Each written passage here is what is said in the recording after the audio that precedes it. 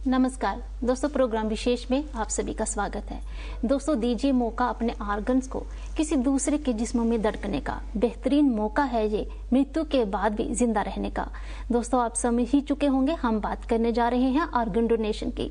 दोस्तों, पूरी दुनिया भर में 13 अगस्त को ऑर्गन डोनेशन डे मनाया जाता है, जिसका जो मोटिव जो है, वो मकसद जो है वो है लोगों को अंग दान करने के लिए प्रेरित करना।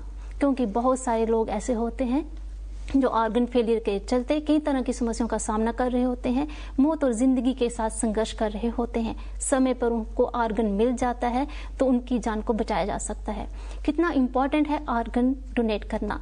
कैसे हम इस ऑर्गन डोनेट में हिस्सा ले सकते हैं, हम कैसे इस जो कहा जाता है ये एक पुण्य का काम होता है, इस पुण्य को हम कैसे कर सकते हैं, इसके ऊपर आज हम विशेष जानकारी हासिल करेंगे। और इसके लिए हमने आज अपने स्टूडियो में आमंत्रित किया हुआ है डॉक्टर संजीव पुरी जी को, जो कि जॉइंट डायरेक्टर हैं सोटो जम्मू कश्मीर। सर, आपका प्रोग्राम में बहुत बहुत स्वागत है। डॉक्टर साहब, जब हम बात करते हैं ऑर्गन डोनेशन की तो एक हमारे जहन में एक पता तो चलता है कि जे हम किस चीज के लिए बात करने जा रहे हैं, लेकिन आपसे समझना चाहते हैं कि पूरी दुनिया भर में जो ये डे मनाया जा रहा है, ये इसका मोटिव क्या है? इसका मोटिव अनु जी, जैसे आपने बताया कि ये अगस्त 13 को हम पूरी दुनिया में मनाते हैं। इसको वर्ल्ड ऑर्गन डोनेशन डे कहते हैं। और इसमें हम प्रचार करते हैं कि ज़्यादा से ज़्यादा लोग आगे आएँ और अंगदान के लिए प्लेज करें जी। उस पर कसम खाएं कि अंगदान हो सकता है। तो ये इंडिया में जो है वहाँ नेशनल ऑर्गन डोनेशन डे मनाते हैं। वो नवंबर 27 को मनता है, हर साल मनाते हैं। ये नेशनल लेवल पे भी मनाया जी, उसको नेशनल ऑर्गन डोनेशन डे हम कहते हैं। तो मैं आप बताऊं कि ये जो फर्स्ट अंगदान हुआ था पूरी दुनिया में, वो 1954 में अमेरिका में किया गया था। और वो किडनी दान हुई थी, लाइव डोनर थे इसमें, और वो ट्विंस थे। और एक भाई ने दूसरे भाई को वो किडनी दान की थी और सक्सेसफुल ये हुआ था। तो ये काफ़ी सालों पहले शुरू हुआ था इंडिया में, तो कुछ सालों से चल रहा है। और हमारे जम्मू कश्मीर में भी ये शुरू हो गया है। जी। देश भर में कुछ ही संस्थान ऐसे हैं जहां पर ट्रांसप्लांट होता है, जहां फिर ऑर्गन डोनेशन जो है वो लिया जाता है। डॉक्टर साहब, इसके बारे में भी हम विस्तार से आपसे जानकारी हासिल करेंगे। आज तो मौका भी है और दस्तूर भी है कि हम आपसे जाने कि आखिर ऑर्गन डोनेशन जो होती है वो क्या होती है, कैसे होती है, और इसके ये इम्पोर्टेंस है वो क्या है? जी। उससे पहले मैं आपको अपनी ऑर्गेनाइजेशन के बारे में बता दें। ये हमारी ऑर्गेनाइजेशन सोटो J&K है। ये under government of India national organ transplant programme NOTP के अंदर यहाँ पे एस्टेब्लिश हुआ है, गवर्नमेंट मेडिकल कॉलेज जम्मू में। इसको बोलते हैं state organ and tissue transplant organisation. तो इसके ऊपर आती है रोटो, वो हो गई रीजनल ऑर्गेनाइजेशन, रीजनल लेवल पे। जो हमारी है नॉर्थ जोन की, वो हमारा हेड ऑफिस है वो चंडीगढ़ में है, PGI चंडीगढ़ में। उसके बाद ये जो रीजनल हैं ये पांच जोन्स में हैं। बॉम्बे में भी है, गुजरात में भी है, हर काफ़ी सारे जोन्स में है। और उसके बाद हमारी नेशनल लेवल की आती है, उसको हम नोटो बोलते हैं, national organ and tissue transplant organisation. तो उसका हेडक्वार्टर जो है वो सफदरजंग हॉस्पिटल न्यू दिल्ली में है। तो ये हमारी संस्था है जो ऑर्गन डोनेशन को प्रमोट करती है, अवेयरनेस क्रिएट करती है, ट्रेनिंग्स करवाती है सारे सब स्टाफ की। और ऑर्गन जब कहीं दान होता है उसको लेके फिर ऑर्गन जो ट्रांसप्लांट होता है तब तक पूरा हम उस पर निगरानी रखते हैं। कहीं ना कहीं एक जॉइंट वर्क है नोटो, रोटो और सोटो के तहत जो पूरी दुनिया अपने पूरे देश इंडिया में पूरे देश में जो इसके ऑर्गन जो डोनेट है वो कलेक्ट करके किसी को ट्रांसप्लांट के लिए दिए जा सकते हैं। जी बिल्कुल सही। सब अब यहीं से मैं बात शुरू करती हूँ कि जम्मू कश्मीर की अगर हम बात करें तो जहाँ पे सिनेरियो क्या कहता है ऑर्गन डोनेशन को लेके, डिमांड एंड सप्लाई की अगर मैं बात करूँ तो कितना अंतर है उसमें? देखिए, डिमांड एंड सप्लाई जो है पूरे इंडिया में इसकी प्रॉब्लम है। डिमांड बहुत ज़्यादा है। हर साल नोटों के मुताबिक हर साल हमें 5 लाख ऑर्गन्स चाहिए और इतने ऑर्गन्स अवेलेबल नहीं हैं। और J&K का सीनियर ये है कि अब कोई 20 साल पहले स्कीम सोरा में श्रीनगर में स्टार्ट हुआ था किडनी ट्रांसप्लांट। और उसके बाद अब GMC Jammu, government medical college Jammu और गवर्नमेंट मेडिकल श्रीनगर में अब किडनी ट्रांसप्लांट शुरू हो गए हैं, इसी साल शुरू हुए हैं। और ये अब रूटीन में हो रहे हैं। अब रूटीन में हो रहे हैं, लेकिन वो लाइव डोनर से हो रहे हैं। मैं उस पर आऊँगा बाद में। और इसके अलावा हमारे ये आंखों का भी दान हो रहा है। आई ट्रांसप्लांट भी हो रही है, जिसको हम कार्नियल ट्रांसप्लांट बोलते हैं।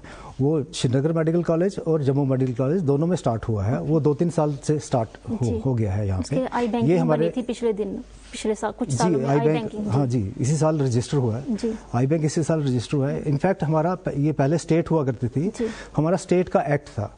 जब यूटी बनी 2019 में, तब सेंटर का एक्ट लागू हो गया।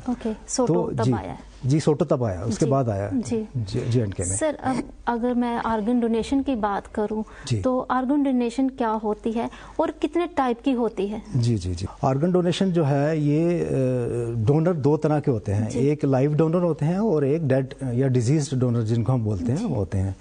लाइव डोनर जो होते हैं वो जैसे सिर्फ उसमें 2 ही अंग निकल सकते हैं। जैसे किडनीज 2 होती हैं बॉडी में, अगर एक किडनी निकाल दी जाए तो दूसरी किडनी जो है टेकअप कर लेती है दोनों का फंक्शन। तो इसलिए एक किडनी का दान हो सकता है वाइल लिविंग। तो ये दान जो है ये और दूसरा अंग जो है वो लिवर होता है।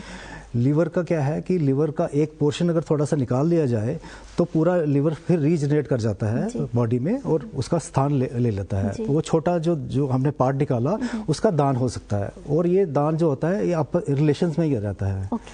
ब्लड रिलेशन जो होते हैं उन्हीं में दान रहता है।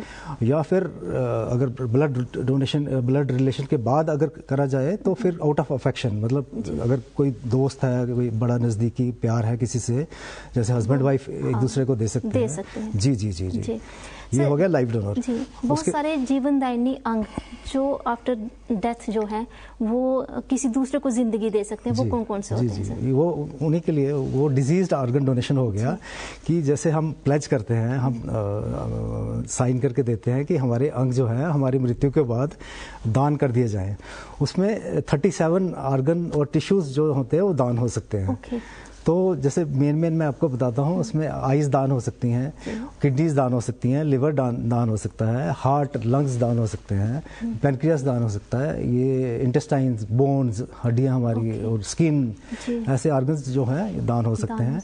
और ये जो दान है ये महादान है, जैसे अंगदान महादान बोलते हैं ना, क्योंकि जिनको ये लगेंगे आगे वो एंड स्टेज डिजीज में रहते हैं। अगर उनको नहीं मिलेगा ये दान तो वो उनकी डेथ हो जाती है। ऑर्गन फेलियर, जैसे आपने बताया, ऑर्गन फेलियर से उनकी डेथ हो जाती है। तो डिमांड सप्लाई में ऑर्गन बहुत ज़्यादा चाहिए लेकिन सप्लाई बहुत कम है, क्योंकि डिजीज ऑर्गन डोनेशन काफ़ी कम है हमारे इंडिया में। अवेयरनेस की बात की जाए, अगर लोगों में, सोसाइटी में अवेयरनेस आ जाती है तो जैसे आपने कहा कि एक व्यक्ति 37 ऑर्गन डोनेट कर सकता है, ऑर्गन और टिश्यूज डाल के, तो कितनी लोगों की जिंदगी को बचा सकता है? सर, क्या मैं आपसे जानना चाहूंगी कि इसमें कोई क्राइटेरिया होता है कि उसी व्यक्ति के अंग लिए जाएंगे जिसकी डेथ हॉस्पिटल में हुई होती है? जी, ऐसा है। ये डिजीज ऑर्गन डोनेशन 2 तरह का हो जाता है। एक तो हो गया जो ब्रेन डेड पेशेंट है, वो ब्रेन डेड हो गया, जो आईसीयू में पड़े हैं, उनकी अनफॉर्चुनेटली डेथ हो जाती है, लेकिन वो मेंटेन्ड हैं आर्टिफिशियली। आर्टिफिशियली मेंटेन मतलब उनको रेस्पिरेटर, ये वेंटिलेटर पे रखा हुआ है, उनकी सांस चल रही है, उनका हार्ट भी चल रहा है, उनको आईवी फ्लूइड लगे हुए हैं, उनको ऑक्सीजन चल रही है, वो आर्टिफिशियली जिंदा है। बट वो एज पर एक्ट, जो हमारा एक्ट है थोटा, उसके मुताबिक वो डेड डिक्लेयर हो सकते हैं और उनके अंगदान हो सकते हैं। और उनमें काफी सारे अंगदान हो सकते हैं उस स्टेज में ये हार्ट, लंग, जैसे मैंने बताया, लिवर, ये किडनीज, ये सारी दान हो सकती हैं। लेकिन दूसरा हो गया जैसे अचानक डेथ हो जाती है, हॉस्पिटल में भी हो सकती है, घर में भी हो सकती है, रोड साइड भी हो सकती है कि किसी का वहाँ पे कार्डियक अरेस्ट हो गया, हार्ट फेलियर हो गया, या चोट लगने से रोड ट्रैफिक एक्सीडेंट में डेथ हो जाती है, स्पॉट पे ही डेथ हो जाती है। तो उनमें टिश्यूज निकल सकते हैं, जैसे आइज दान हो सकती हैं, या टिश्यूज, स्किन, बोन्स वगैरह ये दान हो सकती हैं। लेकिन ऑर्गन बाकी जो है वो उसमें डोनेट नहीं हो सकते। अगर होम डेथ होती है तो वो ऑर्गन डोनेट नहीं हो सकती है। सर, मैं ये भी आपसे जरूर जानना चाहूंगी कि हम इस प्रोसीजर को कैसे कर सकते हैं, लेकिन पहले मैं ये जानूं कि अगर कोई व्यक्ति विलिंग है, उसने अपनी इच्छा जाहिर की है कि वो ऑर्गन डोनेट करेगा, लेकिन उसकी डेथ अगर घर पे हो जाती है, तो फैमिली की जो रिस्पॉन्सिबिलिटी है वो कितनी इम्पोर्टेंट हो जाती है उस समय कि वो सूचित करे आपको? जी मैं आपको दोनों के बारे में बताऊंगा, लिविंग डोनर के बारे में भी और डिजीज डोनर के बारे में भी। इनफैक्ट क्या है कि ये एज पर एक्ट ये कंसेंट चाहिए होती है। जो लिविंग के लिए तो एडल्ट दे सकता है, कोई भी एडल्ट दे सकता है, ठीक है, वो अपना राइटिंग पे दे सकता है, साइन प्लेज कर सकता है कि मुझे मेरे अंग ये निकाल सकते हैं। जब डेथ हो जाती है, चाहे घर में हो चाहे हॉस्पिटल में हो, तो एक तो होता है कि क्या उसने प्लेज करा था जब वो जीवित था, एक तो वो हो गया। अगर प्लेज करा था तो उसकी फैमिली को पता है। हम हमेशा ये कहते हैं कि अगर आप भी कोई इसका प्लेज के लिए फॉर्म भरें तो अपने घर में सुनाए, अपने फ्रेंड्स को सुनाए, अपने फैमिली में शेयर करें उनके साथ कि मैंने अंगदान के लिए मैंने प्लेज करा हुआ है। तो फिर फैमिली का आगे रिस्पॉन्सिबिलिटी रहती है। डेथ के बाद फैमिली ओनर होती है बॉडी की। तो एज पर एक्ट हम अगर उसने प्लेज भी करा है, हम नहीं निकाल सकते आर्गन। फैमिली की परमिशन चाहिए। फैमिली परमिशन देती है तभी अंगदान हो सकते हैं। और फैमिली परमिशन देती है किस अंग का दान हो सकता है। अगर फैमिली एक अंग का दान करना चाहती है या सारे अंग दान करना चाहती है, वो फैमिली की वो है, फैमिली कहीं ना कहीं मर्जी बन जाती है व्यक्ति की, चाहे उसने कंसेंट भरा भी हो, चाहे उसने प्लेज करा हो, वो फिर मैटर नहीं करता है। ये एक्चुअली हम प्लेज इसलिए करवाते हैं जस्ट टू क्रिएट अवेयरनेस, लोगों के लिए, लोगों को समझ आए कि अंगदान हम प्लेज करेंगे और अंगदान हो सकते हैं, पॉसिबल है ये। जी सर, आपने बात करी कि जम्मू कश्मीर में भी जैसे कि हो रहे हैं। मैं आपसे ये जानना चाहूंगी कि डेली कितने ट्रांसप्लांट इस समय हो रहे हैं और कौन कौन से हो रहे हैं? जी, ये हमारे, मैं पहले सेंटर्स बताऊं आपको जो यहाँ पे हमारे ट्रांसप्लांट हो रहे हैं। ये श्रीनगर में, कश्मीर में स्कीम्स तो काफ़ी सालों से कर रहे हैं कि किडनी ट्रांसप्लांट कर रहे हैं, वहाँ भी लाइव हो रहा है किडनी ट्रांसप्लांट। फिर उसके बाद इस साल मेडिकल कॉलेज श्रीनगर और मेडिकल कॉलेज जम्मू में किडनी और आईज का ये ट्रांसप्लांट हो रहा है। जी डॉक्टर साहब, अब हम आते हैं उस बात पे कि मैं कैसे ऑर्गन डोनेट कर सकती हूँ, मुझे इसके लिए क्या करना होगा, कहाँ पे मुझे जाके फॉर्म भरना होगा। अगर मैं इस फॉर्मेलिटी में नहीं पढ़ना चाहती हूँ तो मैं कैसे अपने ऑर्गन डोनेट कर सकती हूँ? जी, ऐसा है कि जो हमारा तरीका है, हम अवेयरनेस क्रिएट करते हैं। फिर काफ़ी लोग अपनी इच्छा जाहिर करते हैं कि हमें प्लेज करना है। उसके दो तरीके हैं, या तो हमारे ऑफिस में फॉर्म्स मिलता है इसका, या हम जब भी कहीं अवेयरनेस क्रिएट करने के लिए जाते हैं हम फॉर्म साथ लेके जाते हैं। तो वहाँ पे लोग उसको पढ़ के, जैसे पहले हम अवेयरनेस उनको बताते हैं कि ये है क्या। जो लोग कन्विंस हो जाते हैं वो खुद ही आते हैं आगे और वो साइन करते हैं और उसको फॉर्म को अच्छी तरह पढ़ के तो वो फॉर्म हमें सबमिट कर देते हैं। तो फिर उसके बाद हमारी जो सोटो में हम नोटो की साइट पे, जो वेबसाइट है, वहाँ पे उनका रजिस्ट्रेशन करते हैं और वहाँ से एक डोनर कार्ड इशू होता है। वो डोनर कार्ड अपने पास रख सकते हैं और वो अपनी फैमिली को बता सकते हैं कि मैंने प्लेज करा हुआ है ऑर्गन्स। ये हो गया एक। दूसरा, आप खुद भी नोटो की साइट पे जाके आप वहाँ पे अपना फॉर्म भर सकते हैं। ऑटोमेटिकली आपको फिर हम वो उसको एक्सपेडाइट करके आपको हम उसका जो कार्ड है, डोनर कार्ड भेज सकते हैं, या व्हाट्सएप पे भी लिंक मिल जाता है। करना चाहते हैं वो फॉर्म नंबर 7 शायद भरते हैं। जी जो ऑफलाइन रहना चाहते हैं। जी, फॉर्म नंबर 7 को भर के तो वो जमा करवाया जा सकता है, उन्हें कार्ड हासिल होगा। जी डॉक्टर साहब, एक बहुत ही विकट परिस्थिति में आप काम करते हैं। वैसे तो डॉक्टर्स जो होते हैं, हर जो घायल आता है, जो एक्सीडेंट केस आता है, उसको ठीक करने की कोशिश की जाती है, लेकिन कहीं ना कहीं जब वो सीरियस होता है, एक अजीब सी उस समय स्थिति होती है। एक तरफ तो एक व्यक्ति जा रहा है, उसकी फैमिली उसके साथ बहुत टचअप में होती है, उस समय जो कंडीशन रहती है। दूसरी तरफ आपको उसके ऑर्गन चाहिए होते हैं, क्योंकि कोई दूसरा अगर किसी को मिल जाता है तो उसकी जान बच सकती है। क्या काउंसलर्स आपने साथ रखे होते हैं, और चैलेंजिंग कितना काम है उनको प्रेरित करना कि आप अपने व्यक्ति के जो अंग हैं वो दान कर दीजिए? ये देखिए, ये बड़ी मुश्किल सिचुएशन होती है हॉस्पिटल में, जहाँ भी ऐसा सीन हो कि आईसीयू में पेशेंट पड़ा हुआ है और डॉक्टर कहते हैं कि ब्रेन डेड है। तो फिर हमारे ट्रांसप्लांट कोऑर्डिनेटर्स, जिनको हम काउंसलर भी कहते हैं, तो वो उनका काम रहता है कि वो फैमिली के पास जाते हैं, उनको बताते हैं कि इनका ब्रेन डेड हो चुका है और आर्टिफिशियली सस्टेन्ड है जो फंक्शंस हैं इनके। तो अगर ये आर्टिफिशियल सपोर्ट निकाली जाए तो ये एज गुड एज डेड है। तो फैमिली के लिए बड़ा मुश्किल टाइम होता है। तो हमारे जो सिस्टम है उसमें ये रहता है कि फटाफट वो कहते हैं कि ठीक है आप डेथ हो चुकी है अनफॉर्चुनेट, तो हमें आप रिलीज करिए बॉडी, तो हम घर ले जाएंगे, बाकी रिचुअल्स हमने जो घर जाके करेंगे। वो समय फैमिली को कन्विंस करना वो थोड़ा सा मुश्किल है। तो अगर वो पहले से अवेयरनेस हो, जैसे किसी ने प्लेज करा हुआ है, उसने अपनी फैमिली को शेयर करा है, अचानक उसकी डेथ हो जाती है, तो फैमिली को एक थोड़ा दिल में रिस्पेक्ट रहती है कि इन्होंने अपने अंगदान प्लेज करे हुए हैं, तो वो आगे आ सकती है फैमिली। वो अगर हम उनको कन्विंस करें वो जल्दी कन्विंस हो जाते हैं। जिनको नई अवेयरनेस होती है उनको बड़ा मुश्किल है कन्विंस करना, लेकिन फिर भी हम कोशिश करते हैं। एज पर एक्ट हमारा ये दायित्व बनता है कि हम उनको वो बताते हैं कि अंगदान हो सकते हैं, और ये महादान है, क्योंकि अंग तो फैक्ट्री में तैयार नहीं होते ना, किसी की जान बचानी है। जैसे एक जो बॉडी है जो ब्रेन डेड है वो 7 लोगों को जीवन दान दे सकता है। कहीं ना कहीं जो आत्मा वो तो अमर है और शरीर तो मिट्टी ही हो जाना है। कहीं ऑर्गन डोनेट कर देते हैं तो कई तरह की जिंदगियों को बचाया जा सकता है। सही कहा आपने कि जो अंग हैं ये पेरिश हो जाते हैं, डिस्ट्रॉय हो जाते हैं।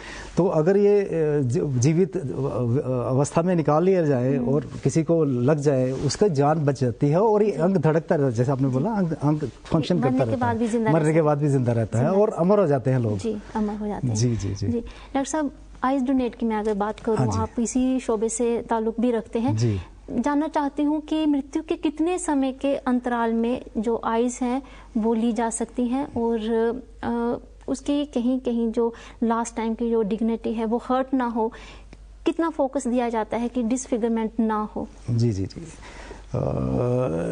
अंगदान में डिसफिगरमेंट का क्वेश्चन मैं आऊँगा अभी इस पे। पहले आंखों का बता दूं आपको। आंखें दान जो है हमारी सोसाइटी में काफ़ी अवेयरनेस है, जम्मू कश्मीर में काफ़ी अवेयरनेस है। बड़े सारे लोग खुद ही आते हैं कि हमने आंखें दान करनी है। बाकी ऑर्गन्स का अभी ज़्यादा अवेयरनेस नहीं है। तो आंखें दान काफ़ी होती हैं यहाँ पे। हमारे यहाँ पे जम्मू में भी आई बैंक है, मेडिकल कॉलेज जम्मू में, और श्रीनगर मेडिकल कॉलेज में भी आई बैंक है।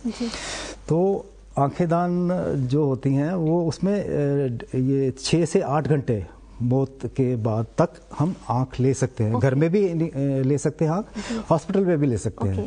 जो फैमिली हमें कांटेक्ट करती है, सोटो को करती है या मेडिकल कॉलेज को करती है, तो वहाँ से हमें इंफॉर्मेशन मिलती है। फिर यहाँ से डॉक्टर जाते हैं, वो आई पूरे सामान के साथ जाते हैं, पूरे स्टेराइल कंडीशन में वो आंखें निकालते हैं, वो पूरी आई बॉल निकालते हैं हम लोग।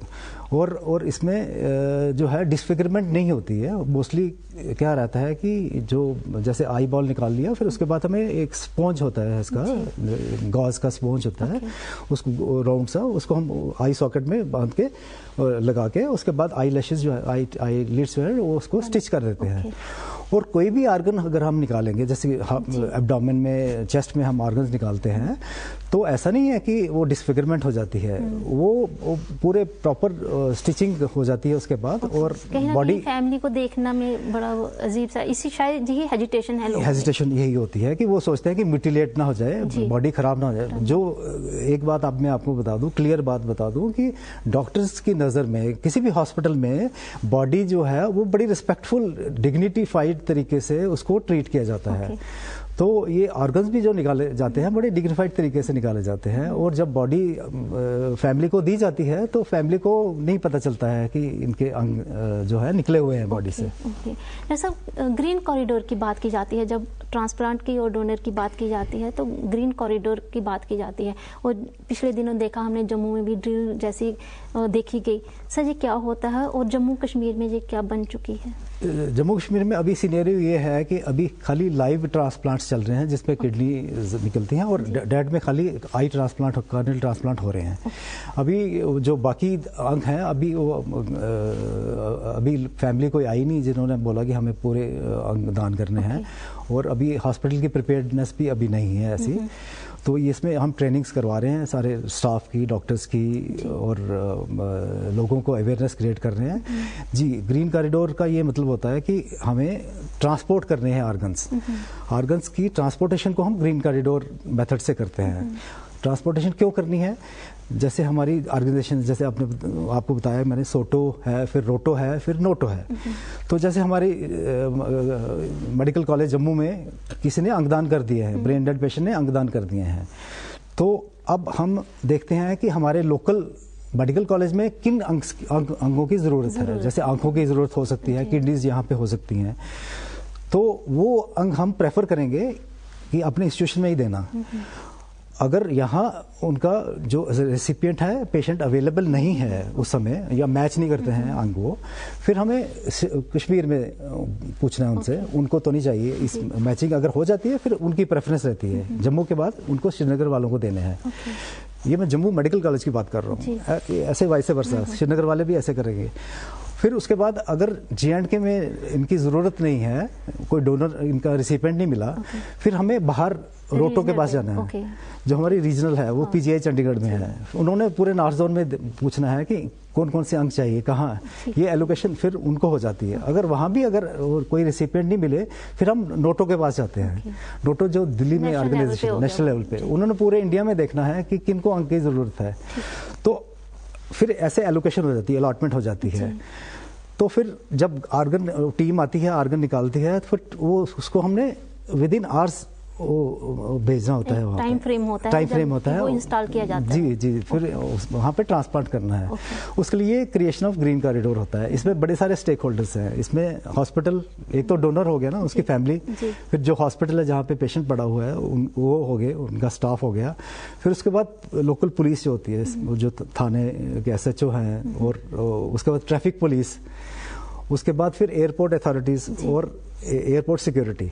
इसमें ये रहता है कि एक एम्बुलेंस में वो ऑर्गन जो है पूरे प्रॉपर बॉक्स में हम उसको आइस पैक्स डाल के वो हम शिफ्ट करते हैं। और उसके लिए ग्रीन कॉरिडोर का ये मतलब है कि रेड सिग्नल नहीं होना चाहिए, टाइम वेस्ट नहीं होना चाहिए, टाइम वेस्ट नहीं होना चाहिए। शॉर्टेस्ट पॉसिबल रूट से शॉर्टेस्ट पॉसिबल टाइम पे हमें ये अंग पहुंचाना है डेस्टिनेशन हॉस्पिटल तक, जहाँ पे पेशेंट वेट कर रहा है, जिसको ये अंग लगना है।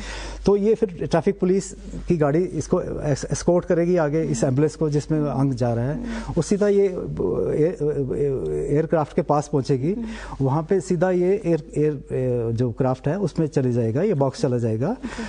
और एज पर एक्ट जो ये फ्लाइट होती है जो अंग लेके जा रही है, इसको प्रेफरेंस मिलती है। अगर 4-5 फ्लाइट्स वहाँ वेट कर रही है टेक ऑफ करने के लिए, इसको प्रेफरेंस मिलती है। फिर आगे ये पहुंच गई डेस्टिनेशन हॉस्पिटल के एरिया में, सिटी में, तो वहाँ लैंडिंग में भी इसको प्रेफरेंस मिलती है। तो आगे भी ग्रीन कॉरिडोर बनता है और डेस्टिनेशन हॉस्पिटल तक जाता है। जिंदगी को बचाने की जो जद्दोजहद है वो A से लेकर Z तक सभी करते हैं। जी। डॉक्टर साहब, बहुत बेहतर आपने हमें समझाया कि कितनी इंपॉर्टेंस है ऑर्गन्स की। डॉक्टर साहब, आपसे मैं ये जानना चाहूंगी, हमारे प्रोग्राम में आप एक मैसेज क्या देंगे कि इतना इम्पोर्टेंस जो है ऑर्गन डोनेशन करनी चाहिए और कितने लोगों की ये जान बच सकती है? सर, क्या मैसेज देंगे आप? जैसे मैंने बताया कि ये 5 लाख ऑर्गन चाहिए और ऑर्गन्स अवेलेबल नहीं हैं, तो मेन सोर्स क्या है ऑर्गन्स का? जो अचानक जिनकी डेथ हो जाती है रोड ट्रैफिक एक्सीडेंट्स में।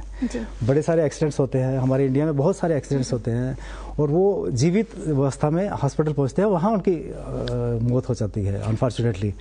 तो ये बेस्ट डोनर्स रहते हैं, इनके सारे अंग वेस्ट हो जाते हैं अगर इनके हम अंगदान नहीं लें। तो आपको ये इंडिया की कंडीशन में बताऊं, हमें किडनी जो है 1,80,000 लोग हर साल किडनी फेलियर से परेशान हैं, और लेकिन हम सिर्फ 6,000 किडनीज को ट्रांसप्लांट कर रहे हैं। आप देखिए गैप, डिमांड सप्लाई में गैप देखिए, डेफिसिट बहुत ज्यादा है, बहुत ज्यादा है। लीवर में देखिए, लीवर में 25 से 30,000 जो है लीवर फेलियर के पेशेंट्स हैं, लेकिन सिर्फ 1,500 हम ट्रांसप्लांट कर रहे हैं हर साल। और हार्ट का देखिए, हमें 50,000 हार्ट चाहिए, पर सिर्फ 15 ट्रांसप्लांट्स हो रहे हैं एक साल, हर साल की बात कर रहा हूँ मैं। आई में भी 1 लाख तकरीबन चाहिए हर साल, लेकिन सिर्फ 25,000 हम कर रहे हैं। तो इसको हमें बढ़ावा देना है, वो डिजीज ऑर्गन डोनेशन के लिए हमें प्रोत्साहित करना है लोगों को। जागरूकता जो है वो चाहिए, हमें फैलानी भी है और खुद भी जागरूक रहना है, क्योंकि पहले हम करेंगे तो हमें देख के शायद कोई करेगा। जी डॉक्टर साहब, कहीं ना कहीं जो एक स्कार्सिटी है ऑर्गन्स की, इसको पूरा करने के लिए, डेफिसिट को पूरा करने के लिए आम व्यक्ति जो अपना योगदान दे सकता है, जम्मू की अगर मैं बात करूँ तो कहाँ पे आके अपना नाम रजिस्टर किया जा सकता है? जम्मू में ये सोटो ऑफिस में आ सकते हैं जी। तो सोटो ऑफिस में फॉर्म भर सकते हैं आके लोग। सोटो ऑफिस हमारा super speciality hospital government medical college Jammu में है। और हमें फ़ोन पे भी बता सकते हैं, फ़ोन पे भी हमसे बात कर सकते हैं हमारे। डॉक्टर साहब, इसमें बड़ी बात ये भी होगी कि अगर मेरा विचार बदल जाता है, मैं नहीं देना चाहता, तो इसमें कैंसिल ऑप्शन भी है। ये आपने बड़ा अच्छा सवाल पूछा। वो एक्चुअली हम एक किसी नर्सिंग कॉलेज में गए तो वहाँ हमने अवेयरनेस क्रिएट की, तो बच्चों ने जो थे स्टूडेंट्स थे उन्होंने प्लेज कर लिया। तो अगले दिन हमारे ऑफिस में 2 लड़कियां आ गई, कहते हमें अपना फॉर्म वापस लेना है। तो मैंने पूछा क्या है, उन्होंने बोला कि ऐसे हमारे घर वाले अलाउ नहीं कर रहे हैं, तो आपने कैसे भर दिया फॉर्म। तो ये बड़ा अच्छा क्वेश्चन है। ये हर आदमी के दिल में एक डाउट रहता है कि मैंने प्लेज कर दिया तो मैं फंस गया। ऐसा नहीं है। जैसे मैंने बताया कि प्लेज करना मतलब अवेयरनेस क्रिएट करनी है। ठीक है, आपने प्लेज करा है तो अवेयरनेस क्रिएट होगी कि हाँ जी आप अंगदान करेंगे, आपकी फैमिली मानेगी तो हम दे सकते हैं। लेकिन आप किसी भी समय आप बोल सकते हैं कि मैं इसको कैंसिल कर रहा हूँ। ऐसा कोई हार्ड एंड फास्ट नहीं है कि हम मतलब आपको पकड़ लेंगे हॉस्पिटल वाले कि आपने अंगदान किया, फटाफट अंगदान करो, ऐसा नहीं होता है। कहीं ना कहीं आपकी इच्छा होगी तभी ये जब इच्छा होगी और फैमिली की इच्छा होगी तभी अंगदान हो सकते हैं। डॉक्टर साहब आपने बहुत बेहतर जानकारी दी, अपना कीमती समय हमारे शेयर किया, आपका बहुत बहुत शुक्रिया। तो दोस्तों डॉक्टर साहब हमें बता रहे थे कि जो ऑर्गन्स होते हैं किसी फैक्ट्री में नहीं बनते हैं लेकिन अमर हो सकते हैं। जो अगर व्यक्ति अपनी प्लेज कर देता है अपने ऑर्गन्स के लिए तो जो ऑर्गन्स हैं वो अमर हो सकते हैं। वैसे तो मिट्टी में ही मिल जाने हैं लेकिन जान बच सकती है अगर हम इसे डोनेट कर देते हैं। दोस्तों इसी इच्छा शक्ति को रखते हुए अगले अंक में हम फिर मिलेंगे किसी और विषय के साथ। टिल देन टेक केयर, देखते रहिए दूरदर्शन जम्मू।